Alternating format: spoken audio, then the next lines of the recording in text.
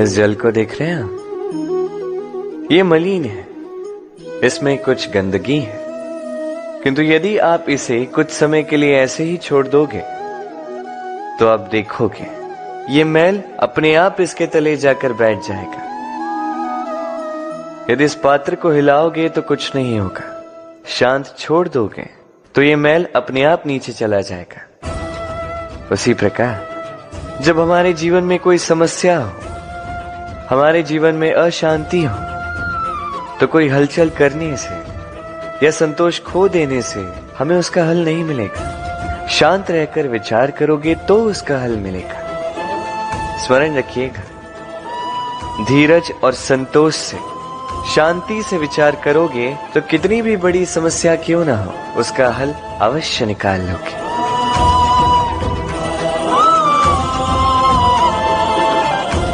क्योंकि अशांति का सुझाव शांति ही है। राधे राधे। समय, कहते हैं समय से पूर्व कुछ नहीं होता, हर बात का एक समय होता है। समय से पूर्व न सूर्योदय होता है, न सूर्यास्त होता है। समय से पूर्व पौधों में न पुष्प खिलते हैं न फल। किंतु एक बात सोचिए, यदि वर्षा आने से पूर्व किसान भूमि न जोते, वो बीज ही ना पिरोए, तो क्या फसल उगेगी? यदि योद्धा युद्ध से पूर्व अपने शस्त्र ही ना परखे, तो वो युद्ध कैसे लड़ेगा? इसका अर्थ ये है, समय आपका जब आना है तब अवश्य आएगा, किंतु तब तक ये महत्वपूर्ण है कि आप स्वयं को उसके लिए सज्ज रखें, क्योंकि ये अवसर, ये शब्द बोलने में जितना छोटा है, ये आता भी उतने छोटे समय के लिए है और फिर निकल जाता है। अब यदि अवसर आपके हाथ आ जाए और यदि आप उसके लिए सज्ज ही ना हो, तो आपको सफलता कैसे मिलेगी? तो आप उचित समय की प्रतीक्षा कीजिए, उस अवसर की प्रतीक्षा कीजिए, किंतु तब तक निरंतर प्रयासों से स्वयं को और सक्षम बनाते रहिए, क्योंकि सफलता आपकी प्रतीक्षा कर रही है। बस उसके लिए सज्ज रहिए। राधे राधे। वाणी मनुष्य को मिली सबसे अद्भुत भेंट। ये वाणी है जो मनुष्य को संसार में सारे अन्य जीवों से भिन्न बनाती है, संसार में सबसे ऊपर ले जाती है। इसी वाणी के कारण हम एक दूसरे से संवाद साध सकते हैं। मैं अपनी मन की भावनाएं किसी से व्यक्त कर सकता हूं, कोई और उसके मन की भावनाएं मुझसे व्यक्त कर सकता है। ये वाणी ही हमारी सबसे बड़ी ढाल भी है। अब देखिए ना, आपने देखा होगा किसी की वाणी मीठी होती है तो लोग उससे प्रेम करते हैं, उसे अपना मित्र बनाते हैं। वहीं किसी की वाणी यदि कड़वी होगी तो लोग उससे घृणा करते हैं, उसे अपना शत्रु मान लेते हैं। ये वाणी ही है जो भाषा बनकर हमारा इतिहास लिखती है। किंतु क्या हम सच में वाणी के विषय में इतना सोचते हैं जितना हमें सोचना चाहिए? सोचिए, मनुष्य को बोलना सीखने में कितना समय लगता है? कुछ बालक 1.5 वर्ष की आयु में सीख जाते हैं, कुछ 2 वर्ष, कुछ 3। अब मनुष्य 1.5 वर्ष की आयु में बोलना सीख तो जाता है, पर क्या बोलना है ये जीवन भर सीख नहीं पाता। इस पे ध्यान केंद्रित कीजिए, समझने का प्रयास कीजिए कि बोलना क्या है। अपनी वाणी शुभ रखिए, अपनी वाणी मीठी रखिए, और इसी मिठास के साथ मेरे साथ आकर कहिए, राधे राधे।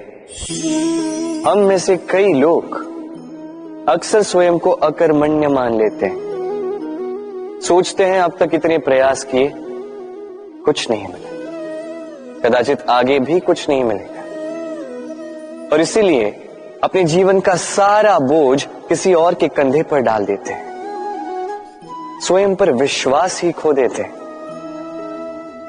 क्यों नहीं समझ पाते ये बात कि जब तक पांव में कांटा नहीं चुभेगा व्यक्ति को ज्ञात कैसे होगा कि आगे नीचे देखकर चलना होगा। सूर्य को स्वयं जलना पड़ता है ताकि दूसरों को प्रकाश दे सके। रात्रि के अंधकार से लड़ने के लिए चंद्रमा को आकाश में अकेले चलना पड़ता है। नदी अपनी यात्रा कैसे बनाती है, अपना मार्ग कैसे बनाती है? इन चट्टानों से लड़कर बनाती है। यदि आप स्वयं आपकी सहायता करने में सक्षम नहीं रहे तो निश्चित रूप से आपका यह जीवन व्यर्थ ही है। स्मरण रखिएगा, इस संसार में अपने जीवन का भार अपने ही कंधों पर उठाना पड़ता है। दूसरों के कंधों पर केवल शव यात्रा चलती है। और इस संसार में जीवित वही है जो आत्मनिर्भर है।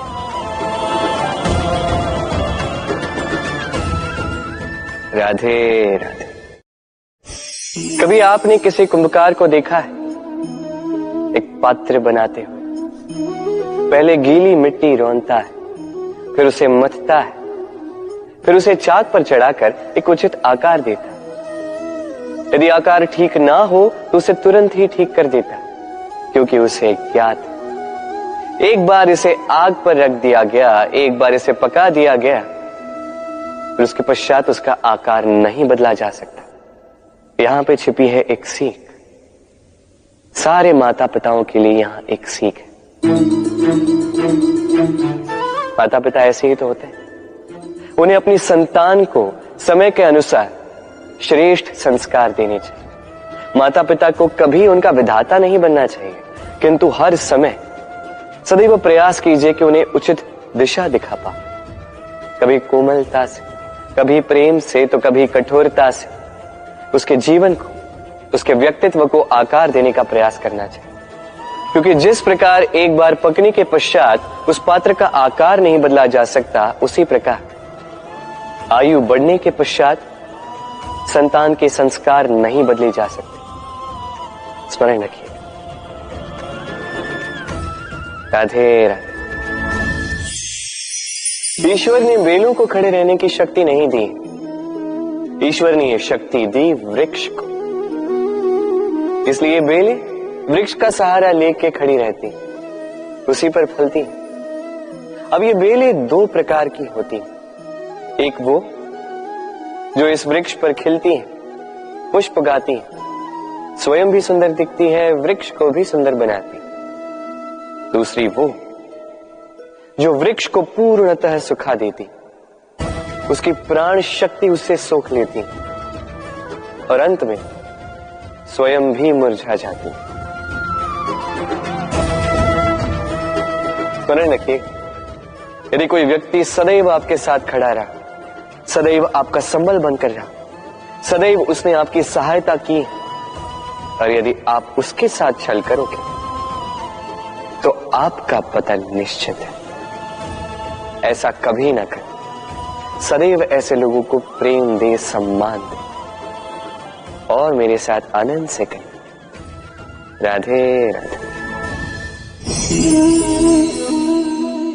आइए इस पौधे से मिलिए। मेरे लिए ये पौधा अत्यंत प्रिय है।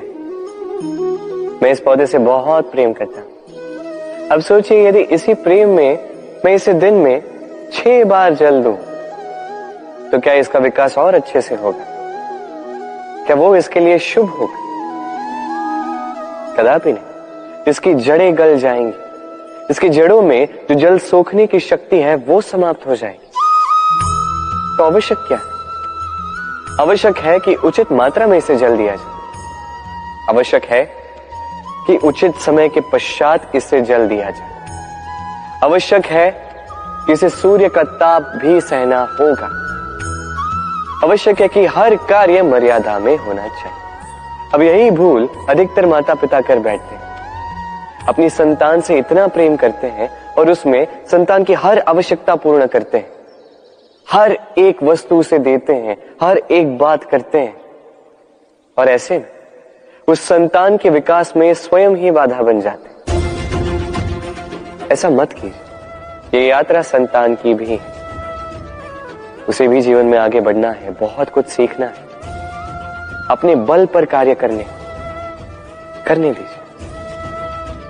एक अत्यंत महत्वपूर्ण बात आपको बताऊंगा जिसे आपको स्मरण रखना है।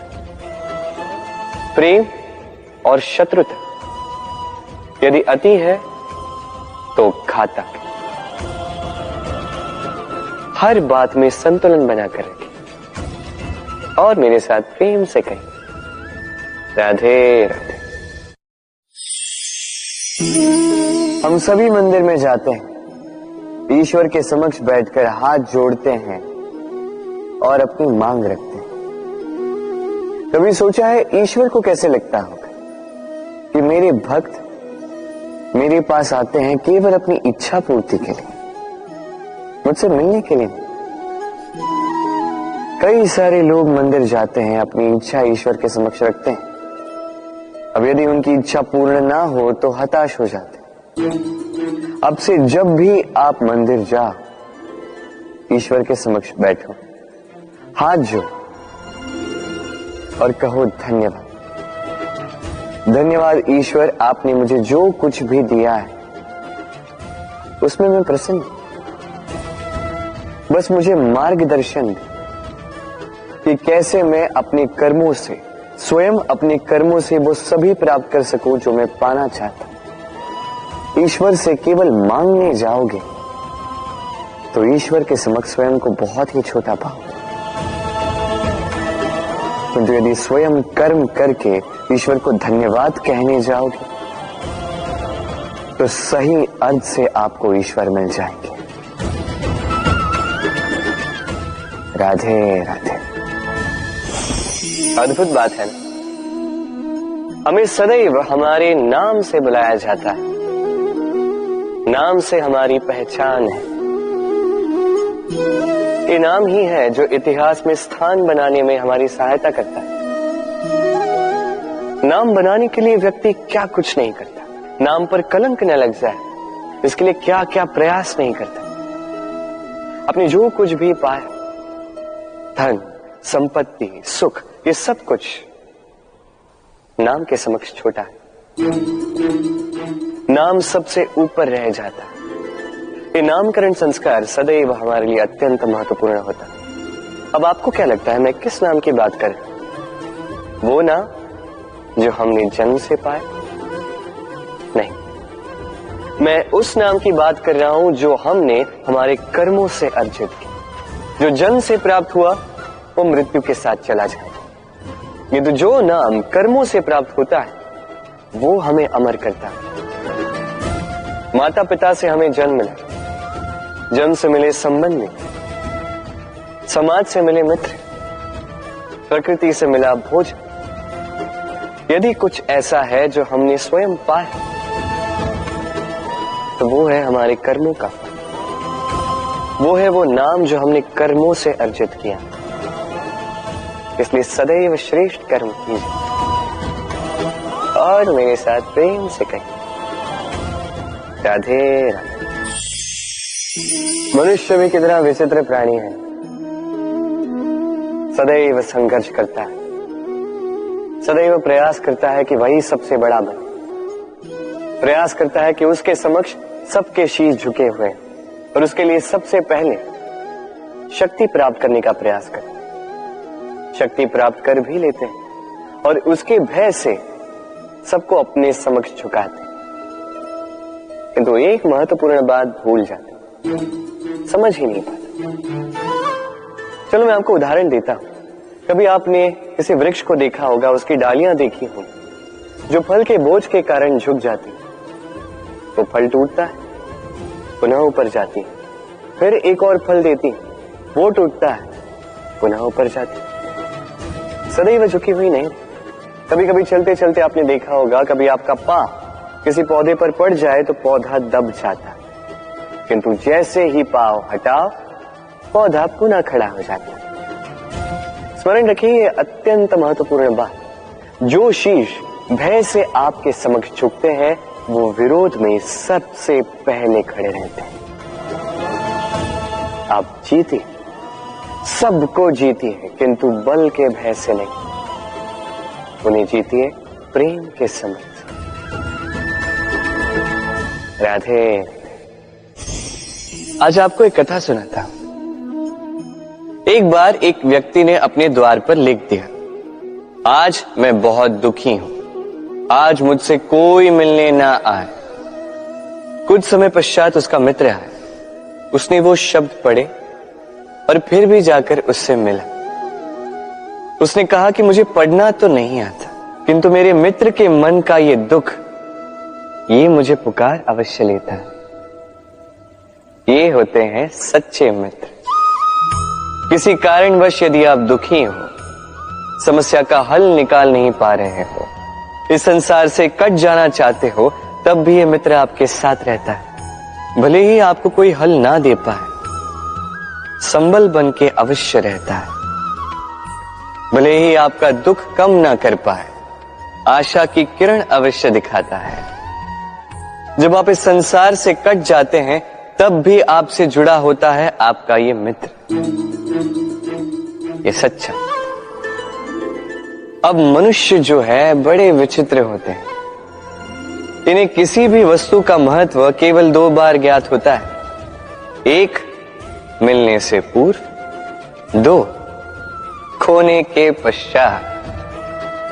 अब इसी प्रकार हमारे मित्र भी तो होते हैं। यदि आज आपके मित्र आपके साथ हैं, तो उन्हें आभार व्यक्त करें, उन्हें प्रसन्न रखें, उनका महत्व समझें, क्योंकि एक बार आपने इन्हें खो दिया, पश्चाताप करने पर भी पुनः नहीं लौटेंगे। तो प्रेम कीजिए, मित्रता निभाइए और मेरे साथ आनंद से कहिए, राधे राधे। ठहरती केवल यादें, केवल यादें। ये समय, ये कभी नहीं ठहरता। अब ये यादें मीठी होंगी या कड़वी, ये किस पर निर्भर करता है? आपके कर्मफल के चयन पर। यदि आप इस जीवन को समझना चाहते हैं, अपनी हुई भूलों से कुछ सीखना चाहते हैं, तो पीछे देखिए। आपके बीते हुए कल से बड़ा शिक्षक आपको इस संसार में और कोई नहीं मिलेगा। यदि आप जीवन जीना चाहते हैं, तो आगे देखिए। सारी संभावनाएं, सारे अवसर वहीं। यदि आप स्वयं को सुधारना चाहते हैं, स्वयं की भूलों को सुधारना चाहते हैं, कुछ महान करना चाहते हैं, तो आने वाले समय से अधिक श्रेष्ठ क्षेत्र और कोई नहीं। स्मरण रखिए, आप चाहे जितने भी प्रयास कर ले कि आपसे कोई भूल ना हो, आपसे कोई ना कोई भूल अवश्य हो। ऐसे में उन भूलों से पछताइए अवश्य, उनसे सीखिए भी, किंतु उन भूलों को सुधारना कभी ना भूल। आपकी कल की ये भूल भविष्य का एक सुनहरा फूल बन सकती है। राधे। संसार में हर स्थान पर ये व्यापार व्याप्त होता है। कुछ पाने के लिए कुछ देना होता है, लाभ पाने के लिए निवेश करना होता है। यदि किसी के भाव जानने हो, तो स्वयं की भावनाओं को व्याय करना ही होता है। अब देखिए ना, किसी का वास्तविक आचरण जानना हो, तो उसे स्वतंत्रता दे दो। यदि किसी के मन की शुद्धता जाननी हो, तो उसे ऋण दे दो। यदि किसी के गुण जानने हो, तो उसके साथ भोजन करने का समय दे दो। यदि किसी का धैर्य जानना हो, तो उसे उसके प्रिय कार्य करने से मना करके देखो। यदि किसी की अच्छाई जाननी है, तो उससे सलाह ले लो। हर भाव के बदले कोई भाव देना ही होगा, किंतु संसार में एकमात्र ऐसा एक भाव है, जिसे देखने के लिए, जिसे पाने के लिए बदले में आपको वही भाव देना होगा, और ये भाव है प्रेम। यदि किसी का प्रेम देखना है, तो उसे निस्वार्थ प्रेम दीजिए। यदि किसी से प्रेम पाना है, तो उसे निस्वार्थ पारिशुद्ध प्रेम दीजिए। राधे राधे। मनुष्य जब जन्म लेता है, जीवा उसके साथ जन्म लेती है। कुछ वर्षों पश्चात दांत आ जाते हैं। वृद्धावस्था में ये दांत साथ छोड़कर चले जाते हैं, किंतु जीवा फिर भी साथ देती। कारण, दांत कठोर होते हैं, वहीं जीवा कोमल होती है। इसी प्रकार यदि आप लंबे समय तक अपने अस्तित्व को बना के रखना चाहते हैं, तो जीवा की भांति कोमल और लचीले बन जाए, ताकि जैसी भी परिस्थिति आपके समक्ष आए, चाहे उतार आए चाहे चढ़ाव, चाहे दुख आए चाहे सुख, चाहे हानि हो चाहे लाभ, आपका अस्तित्व कभी ना टूटे। कठोर होने पर आपके टूटने बिखरने की संभावनाएं अधिक हो जाती। जो भी समस्या हो, दुख हो चाहे सुख हो, कोमलता से साहस के साथ उसका सामना कीजिए। राधे राधे।